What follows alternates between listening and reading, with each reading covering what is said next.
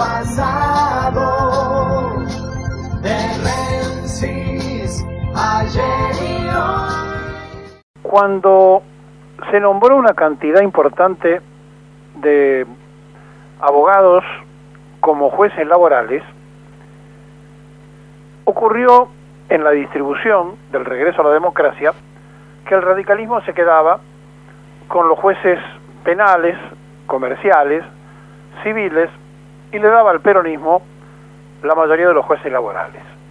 De esto pasó mucho tiempo, y no hace tanto, hace apenas 5 años y 8 meses, se nombraron 11 nuevos jueces laborales durante la presidencia de Cristina Fernández de Kirchner y cuando era ministro de Justicia Julio Alac. Entre los nombramientos de esa época apareció el nombramiento de alguien que había salido de la UCA, de la Universidad Católica Argentina, que es el doctor José Ignacio Ramonet. Y Ramonet, en un tiempo récord, muy rápido, tomó una determinación a pedido del Ministerio de Trabajo en su juzgado laboral número 69 de embargar las cuentas de la Federación de Camioneros en aplicación a una sanción que habilita una ley de la época de Frondizi de conciliación obligatoria y que se estableció en tiempo y forma a pedido en aquel momento del Fondo Monetario Internacional. Antes de entrar en la historia, no soy abogado, pero me parece que ha cometido el juez un error de proporciones increíbles de aceptar en un magistrado que tiene que fallar laboralmente. ¿Por qué? Porque el embargo ha sido sobre las cuentas de la Federación de Camioneros. Y la Federación de Camioneros no tiene afiliados, digamos numéricamente, no tiene trabajadores afiliados, sino que tiene sindicatos afiliados. Y cuando la Federación decretó un paro, aunque dijo Moyano que era una asamblea, sea asamblea o paro, lo decretó la Federación, pero los afiliados no son de la Federación, son de los sindicatos. Por lo tanto, se tendría que haber embargado las cuentas de todos los sindicatos de camioneros de la República Argentina para poderle cobrar la multa y no a la Federación que los nuclea, porque la Federación no tiene afiliados. Hay un error de encuadramiento judicial en esta determinación que ha tomado el juez laboral y que seguramente los abogados de camioneros saldrán hoy mismo a impugnar. Pero más allá de esto, ¿dónde nace la idea de Jorge Triaca de ser tan duro o tan cruel en la sanción de una multa? Y ahí entonces sí nos tenemos que meter en la historia. Para meternos en la historia es menester hacer una reflexión acerca de dónde estamos parados y de qué se trata todo esto que se está viviendo en el sindicalismo y en la sociedad argentina. Y qué mejor que escucharlo a Moyano, en la opinión que tenía. Seguramente ser un gobierno, y fundamentalmente el Ministerio de Trabajo, un gobierno antiobrero, que aplica una sanción que no tiene sentido. Por supuesto que vamos a ir a la justicia, pero lo que nosotros realizamos es una asamblea. Así que no se puede hacer asamblea, no se puede hacer nada. Pero muestra claramente que un gobierno, y en particular el Ministerio de Trabajo, gorila totalmente. Fíjese que el padre de este señor, del ministro de Trabajo, fue el único adherente que tenía el Jockey Club argentino. Y ahí no va cualquiera, ahí van los gorilas, los oligarcas y los antiobreros. Y estos gorilas que están gobernando, toman esta decisión justo cuando viene la señora que manda. La señora que manda es la señora Lagarde. Entonces quieren demostrarle a ellos que son fuertes, que están dispuestos a llevar adelante una política que va en contra de los trabajadores. ¿Por qué dice Moyano esto? Más allá de su propia bronca por la decisión que se tomó. Porque el origen es realmente gorila de la ley que establece las conciliaciones obligatorias. Y aquí entonces empezamos a jugar con algo que tanto le gusta al presidente de la República. A él le gusta que lo comparen con Frondizi. Bueno, lo vamos a comparar justamente con Frondizi, porque es donde nació una ley donde se establece la vigencia de las obligatoriedades que puede dictaminar el Ministerio de Trabajo cuando manda a las partes a retrotraer posiciones en un lapso de 15 días a los efectos de que mientras tanto se esté negociando el conflicto que fuere. Y entonces tenemos que ir al dictarse las disposiciones para sustanciar los conflictos de intereses, cuyo conocimiento va a ser de competencia del Ministerio de Trabajo y Seguridad Social, según la ley 14.786, que fue sancionada el 22 de diciembre de 1958, recuerden ustedes, Frondizi asumió el 1 de mayo del 58, y promulgada en enero de 1959. ¿Por qué se promulga esta ley? Porque Frondizi había recurrido al Fondo Monetario Internacional después que la fusiladora había pedido los primeros $75.000 prestados. Frondizi recurre 3 veces y después una 4ª vez antes de que lo saquen los militares al Fondo Monetario, pero la primera vez que recurre le piden los ajustes que él tenía que hacer. Y aquí aparece un personaje casi olvidado de la historia política argentina, pero que fue responsable de una de las más grandes crisis laborales que vivió el país y que casi nadie se acuerda, salvo aquellos que peinamos cana y que tenemos muy presente aquel tiempo y aquel momento.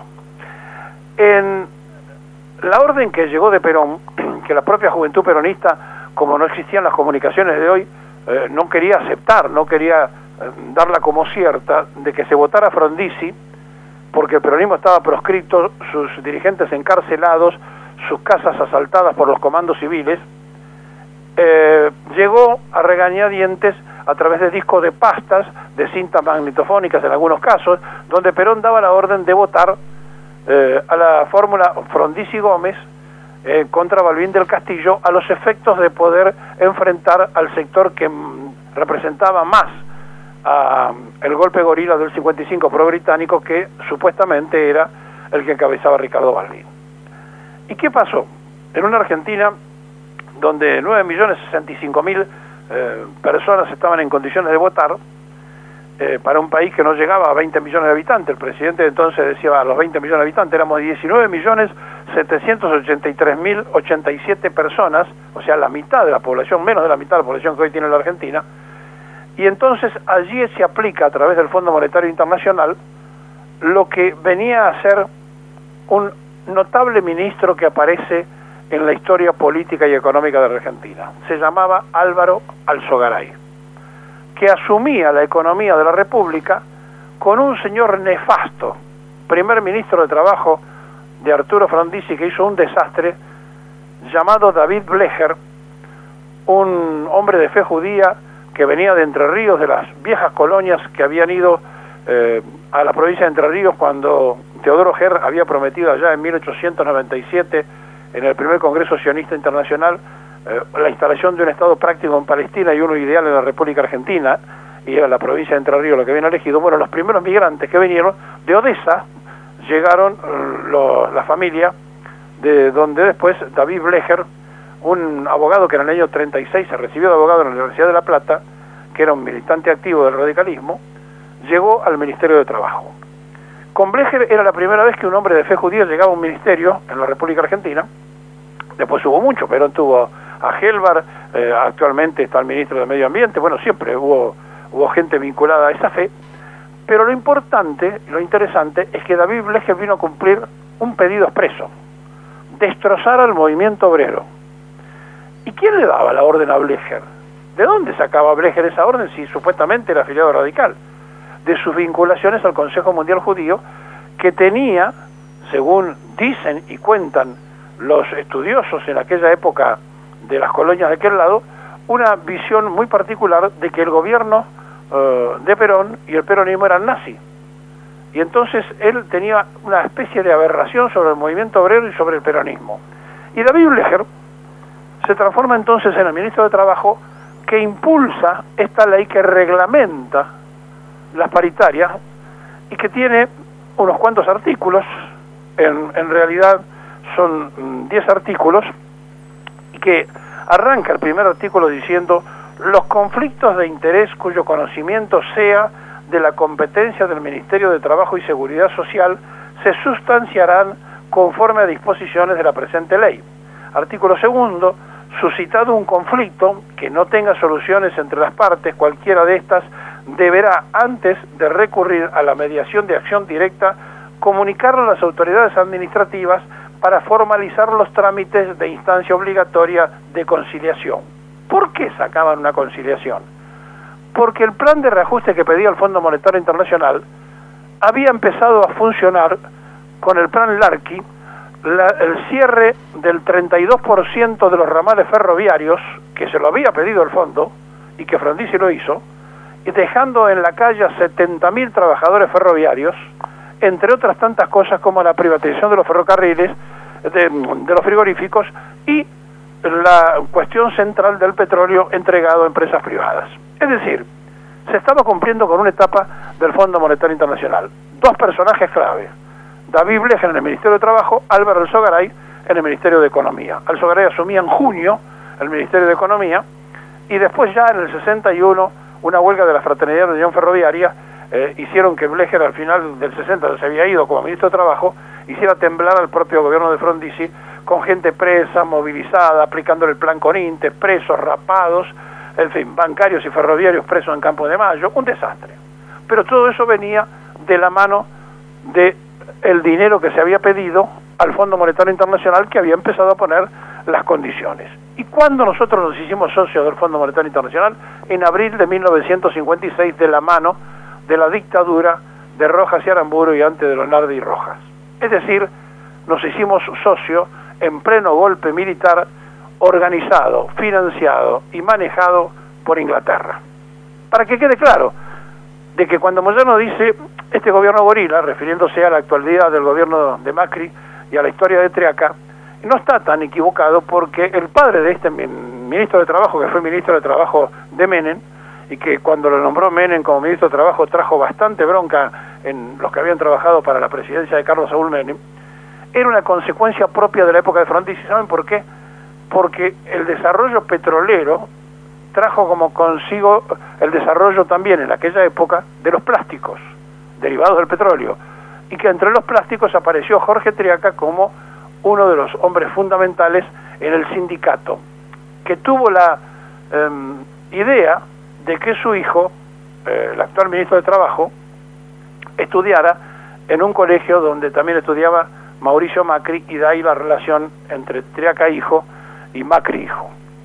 Pero para no irnos por las ramas, tengamos en claro entonces que la conciliación obligatoria nace a pedido del Fondo Monetario Internacional por los conflictos que se avecinaban, por el ataque a los trabajadores, por un David Blecher, ministro de Trabajo, que venía con la intención de que las intervenciones que Frondizi y Frigerio el abuelo del actual ministro, se habían comprometido en el pacto con Perón a levantar, y que levantaron en parte, pero no en su totalidad. El enemigo era, para Blecher, el peronismo, y salió con los tapones de punta a hacer todos los disturbios que pudo, y la aplicación del plan Larky, con el cierre de ramales ferroviarios, dejó 70.000 trabajadores del riel en la calle. Los ferrocarriles que Perón había nacionalizado tenían 44.000 kilómetros de vía. Hoy tenemos el 10% de esas vías por la cantidad que siguió detrás de esto. Y no se olviden nunca que en la década del 90 Menem dijo: ramal que para, ramal que cierra. Es decir, siguiendo los mismos lineamientos de lo que hoy está ocurriendo, donde ahora, a la inversa, tenemos que hacer millonarias inversiones para restablecer los ferrocarriles que nosotros mismos desguazamos y cerramos a pedido del fondo. ¿Y ahora quién nos presta la plata? El Banco Mundial, para que desarrollemos lo que ya teníamos antes. Entonces, parado frente a esto, la determinación ligera y rápida de este juez laboral que equivoca ese fallo no es solamente porque el juez trabaja a pedido del ministro de Trabajo, y de esto no hay ninguna duda, sino porque hay que escarmentar al movimiento obrero, porque Macri se quiere parecer a Frondizi y quiere aplicar la doctrina del Fondo Monetario Internacional, y le molesta que Moyano, los camioneros, tengan la fuerza de paralizar el país, porque claro, destrozaron los ferrocarriles y hoy todos se mueven camiones. Y si Moyano para los camiones de transporte de caudales, no hay banco, y si para la recolección de basura no tapa la mugre, y si para los de combustible no anda el país. Entonces van contra el que tiene mayor capacidad de, en un paro, obstruir las medidas de reajuste que vienen anunciando desde que asumieron el gobierno, y que le buscan la forma, lo disfrazan de una manera o de otra, pero esto es un castigo para que nadie se anime a hacer un paro, para que nadie se anime a hacer una huelga, más allá que el mismo ministro le homologó el aumento que Camioneros consiguió supuestamente en ese conflicto. Y la cosa más grave de este abogado puesto a juez es que no solamente la multa se establece en casi 1.000 millones, sino que pone costas e intereses a cuenta, que da una demostración de que quieren ser duros, muy duros, para escarmentar al movimiento de los trabajadores argentinos y para que nadie se anime a hacer una huelga. ¿Qué dice esa ley famosa de Frondizi?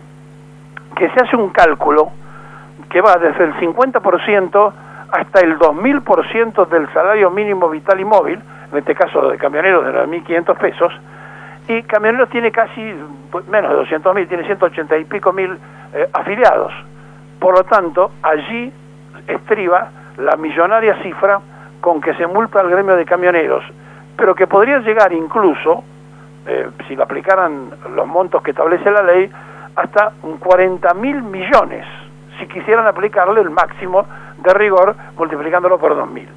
Es decir, entonces, que estamos parados frente a un avance absoluto para poner en caja y en regla a los dirigentes sindicales, que es la única y última organización que queda en esta política donde la xeocracia se apoderó de los políticos, y ahora con fuerzas armadas que las van a utilizar en la frontera para que prefectura y gendarmería puedan reprimir cualquier manifestación o rebote social de protesta, necesitan algo más, y eso es escarmentar a los que paran más allá de una conciliación obligatoria. Y entonces aparecen, para disciplinarlos, todos estos rápidos jueces que cometen errores garrafales, como la de embargar cuentas de la federación que no tiene afiliados. Más, los trabajadores de los gremios no son afiliados a los gremios, son afiliados a otro sindicato. ¿Saben cuál? A UTEDIC. Por lo tanto, los trabajadores de la Federación de Camioneros, como de cualquier sindicato, están afiliados a UTEDIC, que afilia a los de entidades deportivas y de entidades civiles. Así que han cometido un error jurídico. Yo supongo que los abogados harán lo que tienen que hacer, pero también acá queríamos mostrarles la intencionalidad política de esta medida. Y entonces, cuando nosotros hablamos de la cifra, el embargo ha sido preventivo por 809.790.710 pesos, y hay más de 242.937.000 en el cálculo de honorarios, es decir, casi 300 millones de multa y honorarios, calcula el juez, que todavía no reguló nada, sino que estima preventivamente. Y entonces el embargo es sobre la cuenta del Banco Ciudad, Banco Provincia, Banco Macro y Banco Nación, y deben hacer girar esos más de 1.000 millones a la sucursal del Banco Ciudad Tribunales en las próximas horas, o sea, en el día de hoy, si es que las cuentas tenían el dinero necesario, porque dividió el embargo por cifras iguales en los distintos 4 bancos donde embargó. Repito, no las cuentas del sindicato, las cuentas de la federación. Y sabe una cosa, doctor Ramonet, la federación no tiene afiliados. Los afiliados son del sindicato, y la multa es cuando no se cumple una conciliación obligatoria por cantidad de afiliados. Y repito, la federación no tiene afiliados camioneros.